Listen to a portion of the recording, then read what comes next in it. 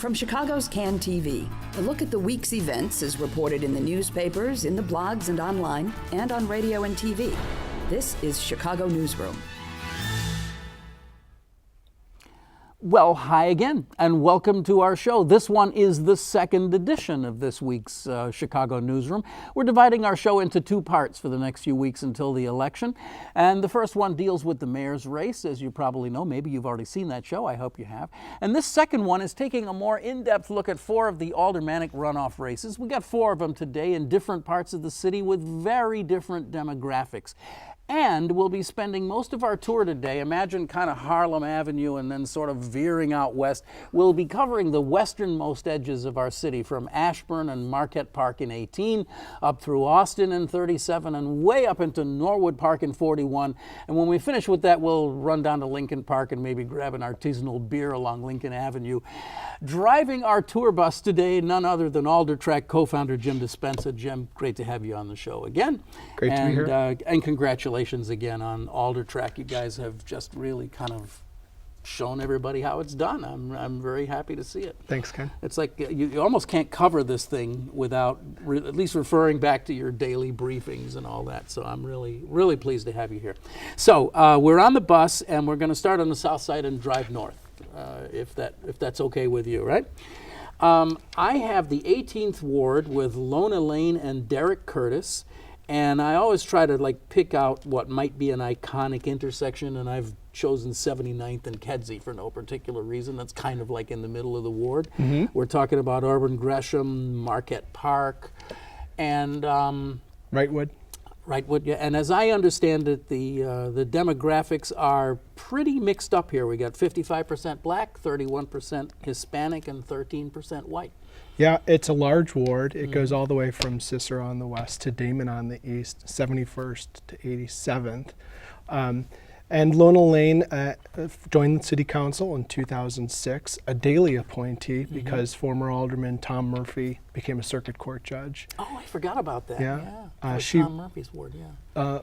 Alderman Lane won an election in a runoff in 2007, avoided a runoff narrowly in 2011, and now has an opponent, Derek Curtis, who interestingly garnered more votes than Lona Lane in the general election, and is her ward superintendent and is the Democratic committeeman. Yeah. And perhaps most interestingly has deep campaign experience and was responsible really for working for Lona Lane politically to pass petitions out on the street. And so there are no alliances in politics. Yeah, this one is clearly broken down. The issues in the ward tend to be crime and economic development, as they are in a lot of wards. And the opponent has the endorsement of the Sun-Times, the Tribune, and the Defender. And Alderman Lane, she's more of a low-key alderman. Her background, she was an aide to Alderman Murphy for a lot of years, and before that, I think the Greater Ashburn Planning Association. It's a tough race to call, but the incumbent might be in trouble here. And I guess if you're the incumbent and you get pushed into a runoff, that's bad enough. But if you get pushed into a runoff and your next highest opponent gets more votes than you did, right, that really does indicate something.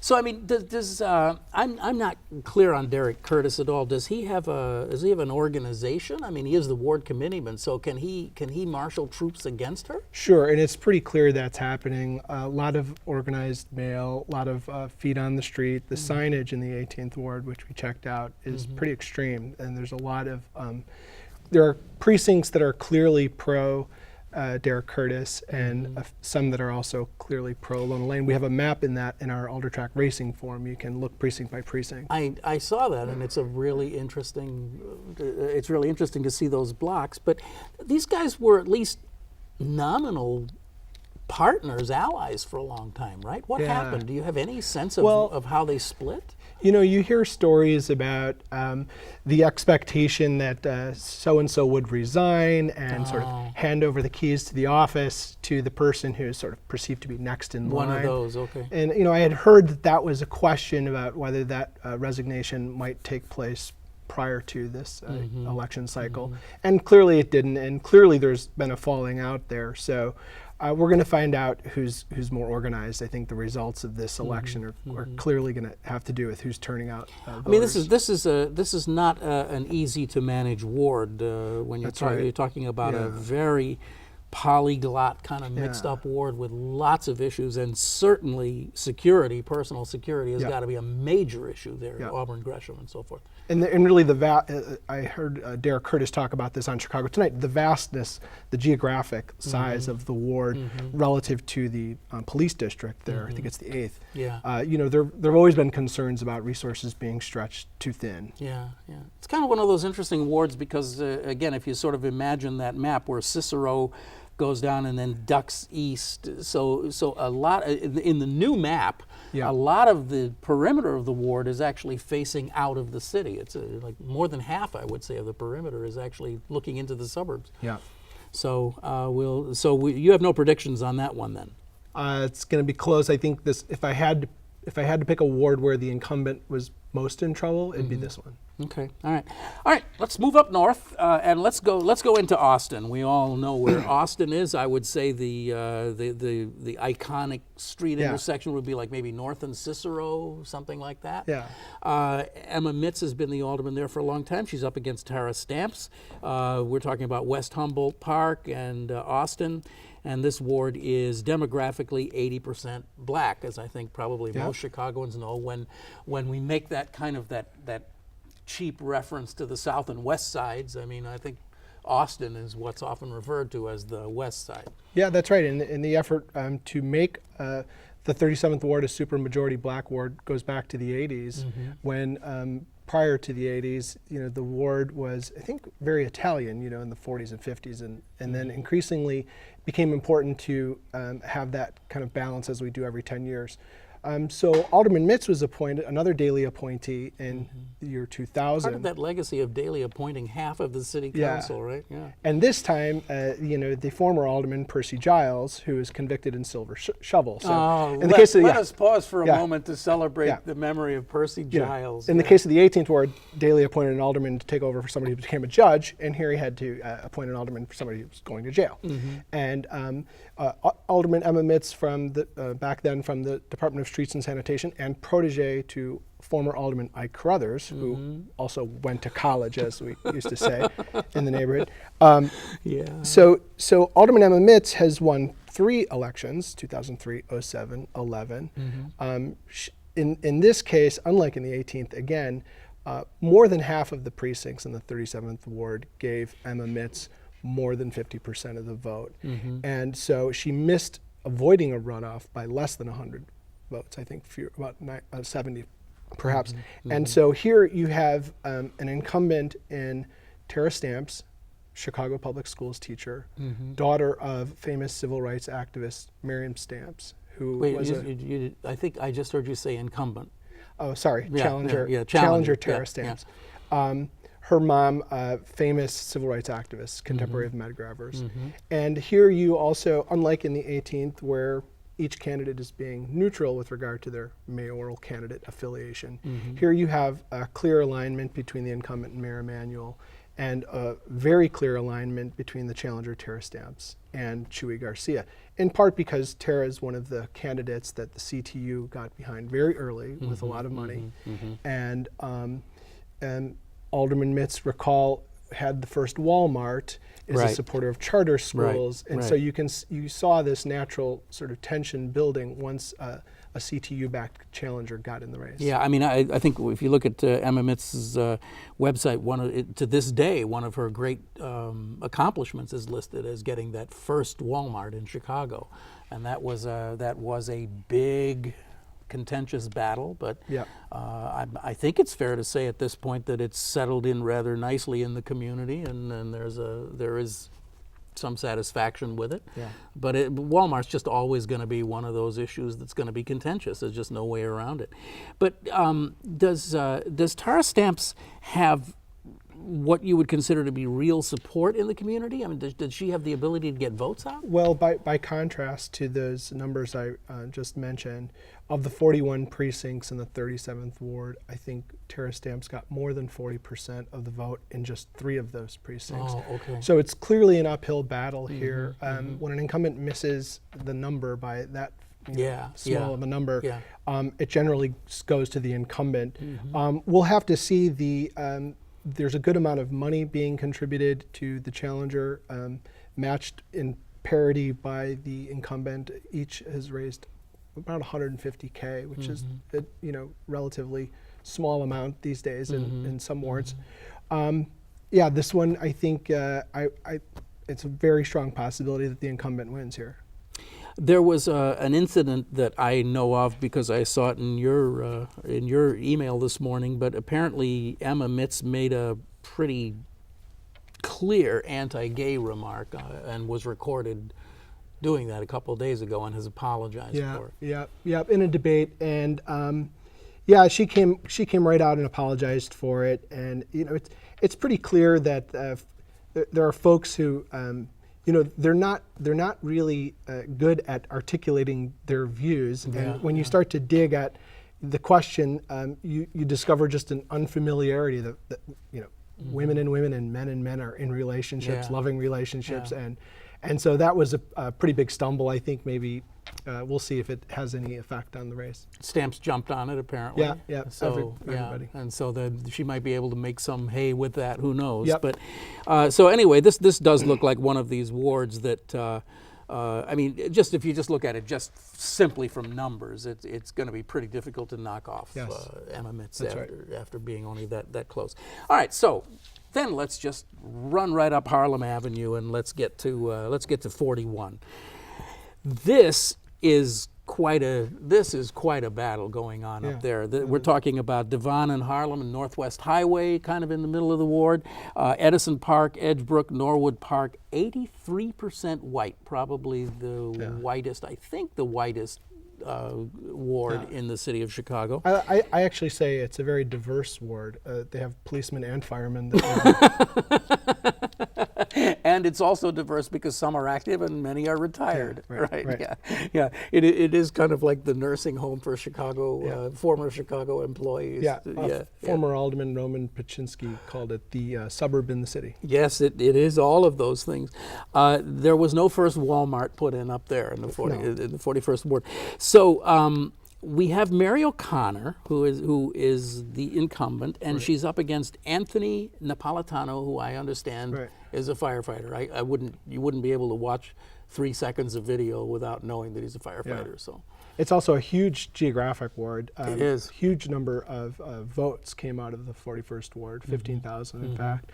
And the history, if you'll recall, for about 20 years, we had one Republican on the city council back when we had partisan municipal elections. Mr. Doherty. So Alderman Doherty retires after 20 years, puts in his person in the race in 2011 because Alderman O'Connor is a first-term alderman. And that person narrowly loses to Alderman O'Connor. That was Morita Gavin, I recall. And now it's not clear. It's purportedly Anthony Napolitano, firefighter who's raised a good amount of money and who garnered 43% of the vote in the general election, is purportedly aligning himself with Alderman Doherty.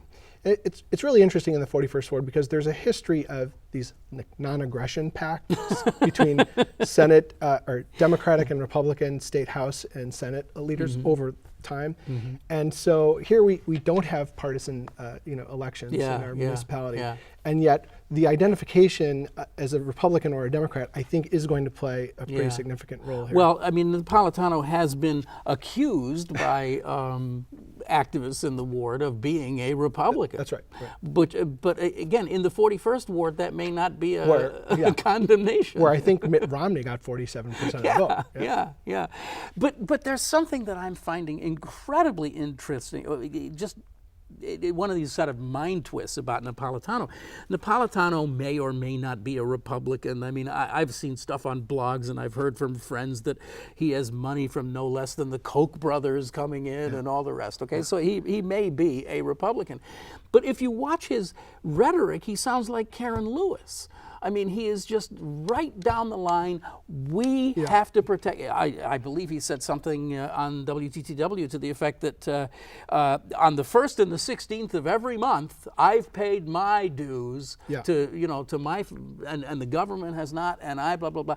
So I mean, he sounds like kind of your most dyed-in-the-wool CTU kind of down the road union guy.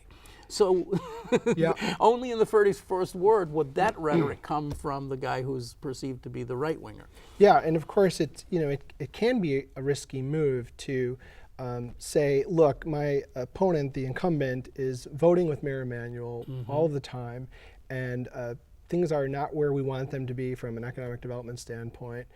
So it's risky because it's not clear, how strong that anti-incumbent mood is in the 41st ward. So it'll be interesting to see on a mayoral level how that plays out. And this is true of so many other wards as I was going to check this out on the way out of the house this morning and I forgot, but do you just off the top of your head any idea how well Emanuel did in the general election up there? I want to say it was more than 50%, and he won the ward? I want to say he did, or he got close to getting 50%. We have the maps around here somewhere. But the point is that he's strong there. Yeah. He does well in the 41st ward, and one of the things that is perceived as his strengths is that at least from a public rhetoric position, he's held a strong argument against the unions.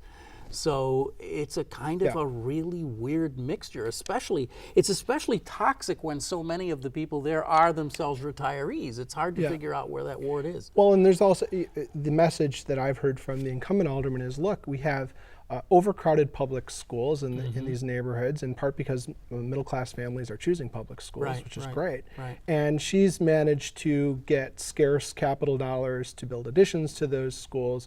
So I think what the incumbent is saying is, look, it's not so much that I'm 100% with the mayor all of the time. It's that our community has needs, and I've met those needs. I heard it put a much more less tactful way of saying, we got a lot of people up here who can't get their kids into Northside Prep and they need a place to go. So our alderman got a lot of money for Taft to improve Taft High School. So it is raw. I mean, it really gets down to that level. We've seen a lot of this kind of like in the Garrido and Arena kind of race. I mean, there are several of these races going on in the city that are brutal. I mean, they're just the fight last night or a couple of nights ago, whenever it was on Channel 11, was really contentious. I mean, just, no, that's wrong. No, you have that wrong. Oh, and we didn't stir into this toxic juice the planes going overhead. Right, O'Hare noise, big issue. Yeah. Also important to note, when it's 48% to 43% incumbent to challenger, that third challenger who didn't make the general, Joe Lamonto, who gets 1,500 votes, becomes very important to court him. And I'm not sure whether he's taken a side yet. Yeah. Very interesting. All right. Well, we do have to keep the bus moving, and now we got a long haul to get back down to Lincoln and how are we going to find Fullerton parking for the bus? We're not going to be able to park the bus. It's going to be a big problem. Michelle Smith and Caroline Vickery. I think you guys have said, if I'm not, I read so much I can't remember who I'm quoting here, but. These are the two people in these wards, in these races, who really despise each other, these two. Yeah, when you have 9 aldermanic debates and a close race and a lot of money. So remember, Alderman Smith has raised about $550,000. That's the most amount of money for any incumbent alderman in a runoff. Is it really? Her opponent, Caroline Vickery's, raised about $130,000. That's like second or third most for a non-incumbent challenger. Wow. It's Lincoln Park, right? It's the silk stocking ward. And you have an incumbent alderman, first-term alderman again, who has the endorsement of former 43rd Ward Alderman Martin Oberman, as well as former Alderman, I think, Bernardini. Does that ring a bell? Yeah. And as well as the challengers who didn't make the general election, Jen Kramer and Jerry Quant. Wow.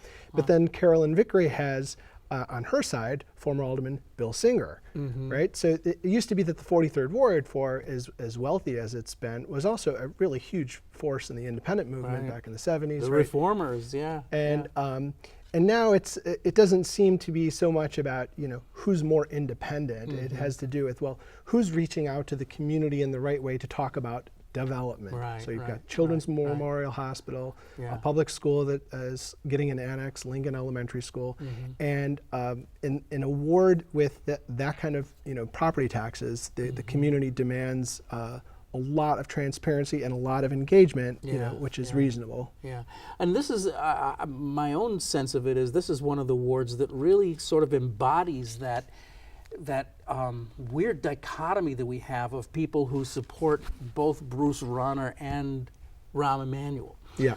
This kind of new republicanism. That's right. So 72% of the 43rd Ward mayoral votes went to Mayor Emanuel. You have both candidates saying we both support Mayor Emanuel. In fact, they fight over how much they support Mayor Emanuel, apparently, from what I've seen. Yeah, that's right. You don't support him enough. Yeah. Well, So I think I guess I was a bit surprised. It was hard to tell who was. It was easy to see that Michelle Smith might be pushed into a runoff, but it was hard to see which of the candidates, all of whom seemed very good. And so Carolyn Vickery, a former lawyer with both private sector and public sector, has all of the right, resume points for an alderman. She is Oz Park Advisory Council, sat on the Lincoln Elementary School LSC, and so she's got an engaging presence, and it's a bit of a shame that some of the debates have devolved into that kind of acrimony. Yeah. But the people will speak, and we'll see who becomes. Did I see the other day that Carolyn Vickery proposed some kind of a congestion tax?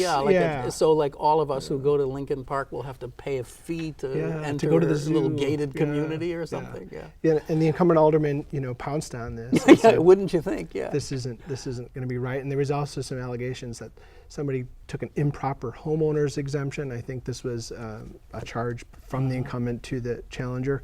Yeah. But I think my sense is that the voters are beyond looking at these sort of issues, the mudslinging.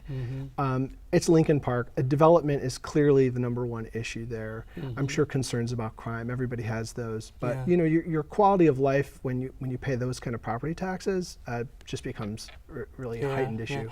Well, I mean, it is interesting that the Children's Memorial Hospital site is probably the single most lucrative redevelopment opportunity in Chicago. I don't think there's anything probably comes close in just dollar value anyway, and it's a huge site right smack in the middle of the ward. And as you might expect from Lincoln Parkers, they've been fighting about it for years and years, and it just kind of sits there vacant. So is that still a factor in the election? Are they still fighting over the Children's Memorial site? Well, I think ward residents know what to expect. Development will come. If it it'll be big. It'll be big, and it depends on what limitations. People have very sort of arcane and minor, I would consider, views on what the elements of the development ought to be, the level of retail. So again, incumbent Alderman Michelle Smith gets 42% of the general. Carolyn Vickery got 36%. I think it's more of an uphill battle for the challenger in this case. I would say it's a toss-up with an edge toward the incumbent. All right. Well, we have like 2 minutes left here, and that gives us this wonderful opportunity to ask you the bigger picture question about the runoffs in the city in general, since this is what you do for a living. How many of these races do you think? I mean, in broad strokes, how many of these races are going to really end up in really tight races on election night? Oh, I don't know. I know that just the sheer number of runoffs, 18, is being reported as a lot, and it is relative to the last two cycles.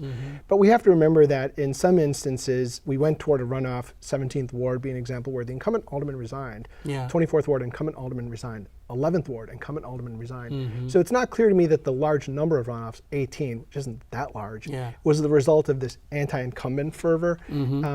And what is interesting to watch is the extent to which precinct captains on the street and candidates are willing to say, this is all about the endorsement of the mayor. You see a lot more aldermen, both incumbents and challengers, saying, you know what, I'm focused on my own ward, and not even really willing to say the extent to which they're concerned about the mayoral race. So, and I don't know I'm not going to take a guess at the number of incumbents that will be defeated. I don't think it's going to be as many as people would expected when they saw 18 runoffs. So some of this is just routine and expected, because That's right. it's just kind of the way it is when you get 50 wards. And some of them are these really vicious battles that might go right down to the wire, but not that many of them. Yeah. And do you see it, have you had the chance to sort of look this thing out in a big picture and see whether you think that it'll have any impact on the way city council runs in the future? I have to tell you, my own impression is no, but I'd really like to hear from a pro. Well, I think, it's certainly, if Mayor Emanuel wins, as many expect he will, I don't think you'll see much of a change in the process by which aldermen become chairman of various committees, right? So we have this Chicago tradition of just letting the mayor have full authority over that. And if, on the other hand, you see a Garcia administration, it'll be interesting to watch the dynamics within the city council, right down to the very processes by which they're chosen. I guess one of the, you actually helped me frame my question a little bit more clearly, because the impression that I have is that if Chuy Garcia, by some convergence of numbers, is able to win, he's not going to have. I wouldn't say it won't be. I'm not going to say it will be a hostile city council, but it's not exactly going to be a friendly city council either. It's going to be Rahm Emanuel's city council. Yeah, and that raises the question of how many aldermen will be willing to join the Progressive Reform Caucus. We'll just have to stay tuned. It's going to be interesting either way. Well, I mean, it's going to be fascinating to see the degree to which that city council might become kind of divided in the way that the Verdoliak 27 city council did. I don't think we'll see anything like that again ever, but you could, I was going to say for the first time, you could see one of these things where the weak mayor, strong city council actually becomes reality again for at least a few months, where the city council decides that it's going to run the city if they've got this mayor that nobody sent, something like that. Anything's possible. Yeah. Well, anyway, a really interesting tour. Thank you very much for your 18, 37, 41, and 43. We'll just have to see how they all go, Jim. Thanks. Always good to be here. Thank you so much. Jimm Dispensa from Aldertrack, one of my favorite little operations going on in Chicago right now. And next week we'll finish up with the wards that we haven't had a chance to get to, but it's going to be a real free-for-all on next week's show, because we got Ben Joravsky and Mick Dumke and Cliff Kelly sitting here in the Jimm Dispensa seat. So heaven only knows what's going to happen on next week's show. You have been watching Chicago Newsroom. It's a community service of CAN TV, and we have just so much enjoyed doing these shows. It's been really fun, and I'm glad to have you along for the ride, and I hope you'll be watching them all. You can find us here on cable, and you can watch our show here at any time. You can check us out. You can subscribe on iTunes. You can call us up. We'll come to your house, do the show in your living room, whatever you'd like. I'm Ken Davis saying thanks so much for watching the special election coverage here on CAN TV, and don't forget to watch all the stuff that's available on CAN TV all the time. You can watch forums and everything. Enough of this. We'll see you next week. I'm Ken Davis. Thanks for watching us here on Chicago Newsroom. Bye.